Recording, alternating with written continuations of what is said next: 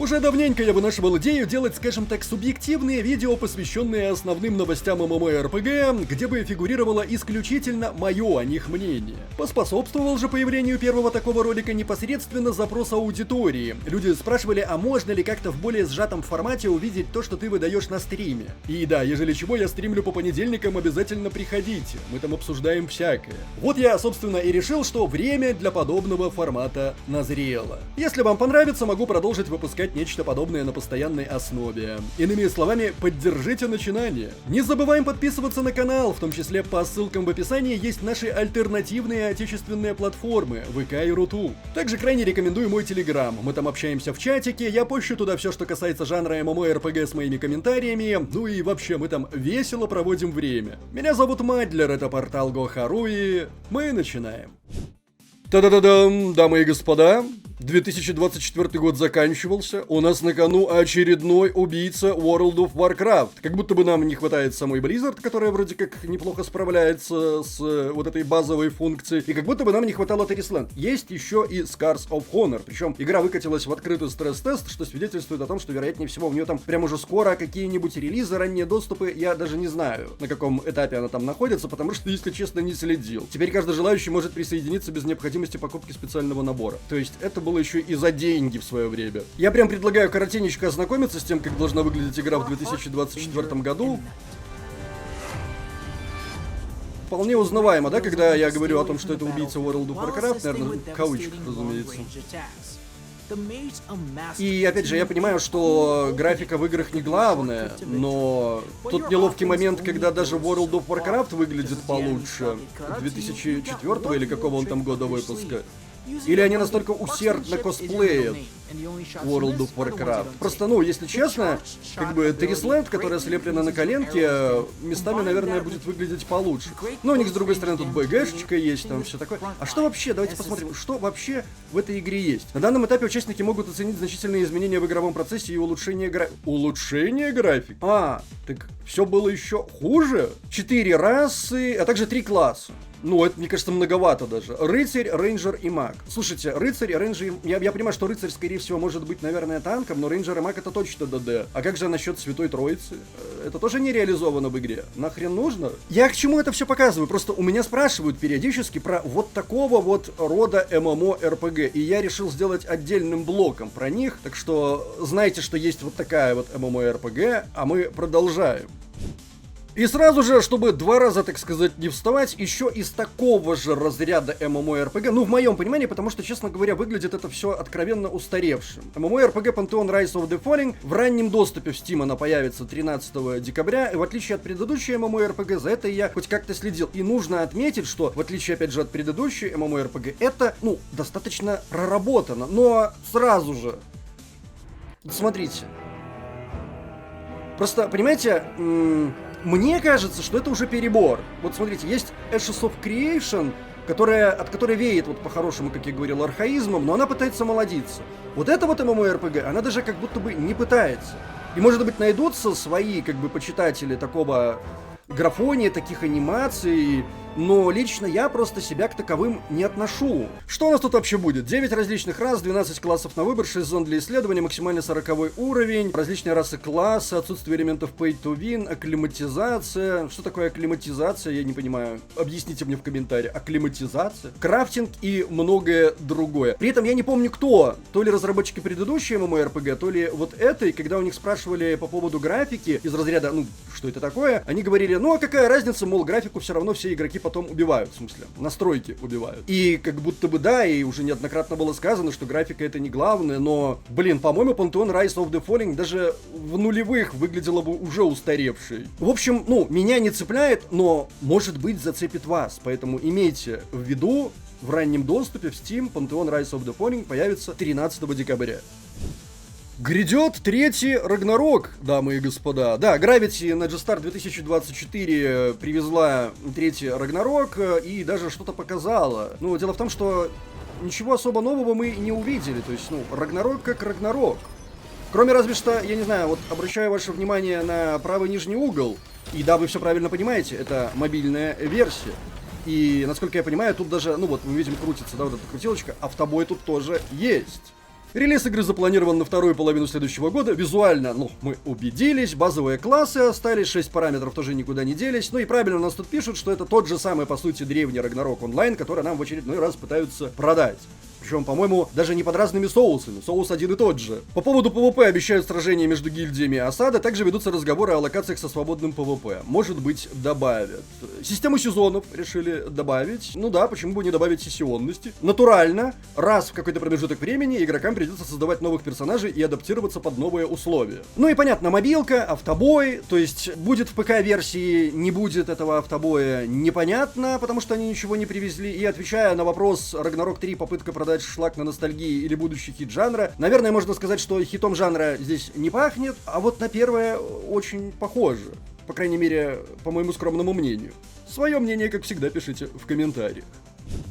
Недавно, если вы не в курсе, на канале выходило видео, посвященное многочисленным новым кроссплатформенным MMORPG родом из Южной Кореи, и там фигурировала одна вот такая вот MMORPG Architect Land of Exiles. Разработчики доползли до выставки G-Star 2024 и стали известны подробности. Так нам стало известно, что игра создается в первую очередь для домашнего региона. Может быть, это и к лучшему. Да, она будет доступна на ПК, на мобилках. По поводу консолей они думают, равно как и по поводу, будет или не будет глобальный релиз. Тоже пока думают. Большой бесшовный открытый мир. Ну понятно, Unreal Engine 5, но это мы просто по умолчанию. Корейская кроссплатформенная MMORPG, Unreal Engine 5. Все, это застолбили. Обещают много внимания уделить сюжету и характерам NPC. Ну, это, безусловно, очень важно для MMORPG. Сюжет, характеры NPC и, как мы все прекрасно знаем, PvE-групповушечка. Это секрет успеха. При этом заявлен полный нон-таргет в боевой системе. Вот это прям греет душу. А чтобы игроки на мобилках при этом не чувствовали себя ущербными, для них добавят автоматизацию некоторых процессов для компенсации сложностей управления. Видимо, это они так многомудро называют автобой или какие-нибудь другие автоматические элементы. В целом игра готова примерно на 50%. И, кстати, разработчики осознают тот факт, что MMORPG растеряли былую популярность, в том числе и в Южной Корее. Ну, видимо, речь идет в том числе и про кроссплатформенные MMORPG. И решили добавить в свою игру элементы, которые не свойственны ММО, чтобы привлечь ту аудиторию, которая до этого ММО не интересовалась. Что это будут за элементы? Я в душе не могу себе представить. Может быть, элементы РТС? Ну, вот реально, что можно добавить в кроссплатформенную MMORPG для того, чтобы привлечь аудиторию, которую эти кроссплатформенные MMORPG в принципе не интересуют. О, заявлен PvP-контент, вроде сражений за точки интереса и завоевания, подробностей нет, будут рейды, не будет телепортов по какой-то причине, видимо, тоже решили выделиться. Вот во всех остальных MMORPG в подавляющем большинстве телепорты есть, а у нас не будет. Ну или может быть это попытка там каких-нибудь маунтов продать, знаете ли, может быть и гачу сюда какой-нибудь в конечном итоге прикрутят, потому что корейцы-то это любят. Выглядит все это как-то так. На выставке они показали, я сразу же обратил внимание на правый нижний угол. И знаете, что мне это напомнило? Вот тот самый первый тест корейский, первая ЗБТ Throne and Liberty. Как будто бы разработчики вот этого архитекта, они вдохновлялись той самой Throne and Liberty. Мол, Throne and Liberty у себя на родине не смогла, а мы-то сможем. Ну и, честно говоря, сложно отказать им в логике, действительно. Ведь даже Throne and Liberty могла смочь у себя в регионе, если бы не пыталась усидеть на всех стульях одновременно и вообще не понимала, на какую целевую аудиторию она работает. Вот, короче, разработчики Architect Land of Exiles таким не страдают. Они точно знают, что вот мы делаем для домашнего региона, мы знаем свою аудиторию, короче. И, может быть, даже, как я уже говорил, хорошо, что она не пойдет в массы. Хотя, с другой стороны, знаете, тут нон-таргет, там таинственный оффлайн режим какой-то у них будет, без подробностей. Я, честно говоря, без понятия, нахрена он вообще всрался в MMORPG. Но вот есть нон-таргет и PvP вроде как будет. Короче, надо будет в любом случае посмотреть. Была и еще одна MMORPG в том самом видео, о котором я упомянул ранее. MMORPG Project Q от небезызвестной конторы Lionheart. Небезызвестной, потому что есть у них такая MMORPG Odin Valhalla Rising, которая вот лично мне, среди всего вот этого вот сонмища абсолютно однотипных кроссплатформенных дрочилин, сеттингом своим понравилась и запомнилась. Но так-то она тоже обычная кроссплатформенная корейская дрочильня, при этом еще и на 4-м Unreal. Но она не добралась до глобального релиза, и вот я так полагаю, что MMORPG Project Q призвана как раз-таки добраться непосредственно до глобального релиза. Давайте же посмотрим, как это все дело выглядит, потому что, ну, на самом деле, выглядит она замечательно. 0 претензий. И я когда впервые осмотрел этот трейлер, я такой, вау, как бы классно, но есть нюанс. На протяжении просмотра меня посещали флешбеки, ни больше, ни меньше. Вот этот вот вид какой-то изометрический, как будто бы. Понятно, что геймплея еще нет, но уже что-то такое есть. То есть уже можно делать какие-то, может быть, скоропостижные выводы, а здесь и вообще, как будто бы кадр в кадр. Где-то я это уже видел. И у меня тут есть два варианта. Это Lineage Eternal. Помните, была такая Lineage Eternal, из которой потом выросла Throne and Liberty. Либо сюрприз-сюрприз. Lost Ark.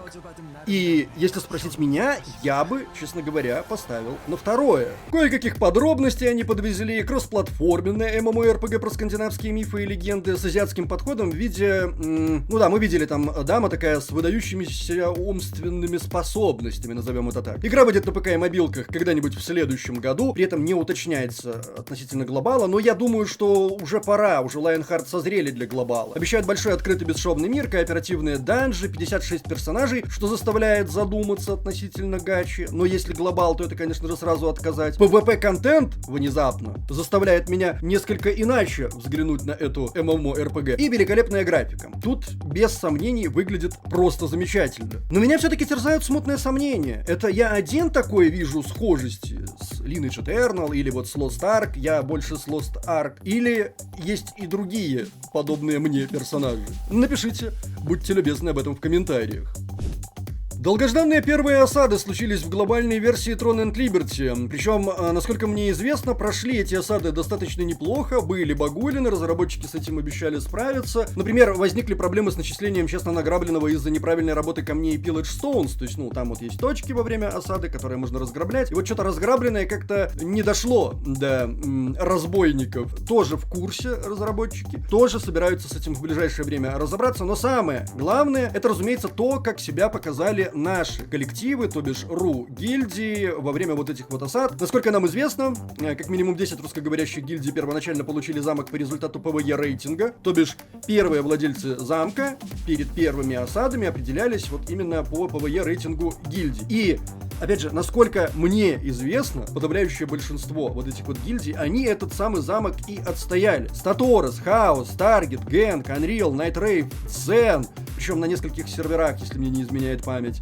гильдия Гарро, все вот эти вот гильдии и многие другие, я здесь просто не про все знаю, они победили на своих серваках и сейчас являются счастливыми обладателями виртуальных замков. Не повезло, вот насколько мне известно, насколько мне говорили, только гильдии Предс. Предсы вроде как без замка пока что. Что я могу сказать? Большие молодцы, так держать. Но относительно самой игры, вот я, ну понятно, PvP-контента стало больше, это радостно. Недавно я слышал, что вроде как уже очень скоро, там 21 числа вроде, собираются подвести в игру Т2 данжи, но без Т2 экипировок. Короче, что-то странное творится с MMORPG Throne and Liberty под чутким руководством Amazon Games, но в любом случае это та MMORPG, которая заслуживает непосредственного вашего внимания, особенно если вы не играли на Корее. Тогда точно must have. Ну и напоследок, конечно же, о наболевшем, об Ashes of Creation, которая все еще великолепна как рассвет, я не отказываюсь от своих слов. И все, что в ней происходит, можно списать банально на альфу. Но есть конкретная претензия, потому что я начал играть на серваке, который, понятное дело, на 5 дней раньше стартовал, соответственно, я до актуального уровня не докачался, и мои позапрошлые выходные заканчивались варами, прокидыванием варов, а вот прошлые выходные уже, собственно, с варов начались. И, разумеется, там начали приходить люди, прям к нам в нот, начали сливать по КД. Это все очень-очень неприятно, но это нормально, я считаю, потому что это PvX проект, с этим все в порядке. Не в порядке с другим. Дело в том, что вот эти вот ребятки, которые быстро прокачались, они в свое время заобузили и, наверное, даже продолжают обузить вот этого босса. Дракон, который, да, мы его видели во многих роликах. С него падают великолепные пушки, вообще, в принципе, ну, такие легендарные. И эти ребята с него оделись. Нечестным способом, разумеется, они оделись. Нечестным способом оделись и пошли портить жизнь всему серваку. История типичнейшая. Вопрос же заключается в следующем. Почему, когда небезызвестный стример Asmongold пришел показать все великолепие Ashes of Creation, разработчики моментально среагировали на то, когда ему начали мешать, то есть гриппить его непосредственно, там прям люди в бан не иллюзорно отлетели. Но в то же самое время, когда люди занимаются чем-то подобным, то бишь абузят того же самого босса, нечестно одеваются и идут портить жизнь всем окружающим таким образом, на это как-то внимание не особо обращается. И я хрен его знает, может быть, они, конечно, конечно, что-то там уже и делали, просто я отслеживаю их Discord, вроде как никаких банов я там не видел. Но даже если это уже сейчас произошло, то есть там как-то все это дело пофиксили, ну, честно говоря, вот именно, что называется, в моменте они этим как-то не особо заинтересовались. Но в то же самое время, когда вот Асмонголду портили жизнь, там прям непосредственный интерес был, и причем моментальный. В общем, я с этого немножечко пригорел и решил, что я, пожалуй, стартану 20 декабря, когда начнется новая волна допуска тестировщиков, вот уже тогда, прям, может быть, на другом сервере, с другой гильдией, посмотрим, что из этого получится. Понимаете, дело в том, что я, как сообщал в одном из своих роликов, и, по-моему, на подкасте тоже я об этом говорил, я не хочу перегореть в отношении Ashes of Creation, а я легко могу сгореть при наличии вот вышеописанных ситуаций. Соответственно, 20-го я попробую стартануть, если все пойдет очень и очень гладенько и хорошо, то прям продолжу играть, ну а нет, тогда уже вернусь к Ashes of Creation только в мае. Но то, что вернусь, это даже не обсуждается. Ashes of Creation мне по-прежнему очень и очень нравится.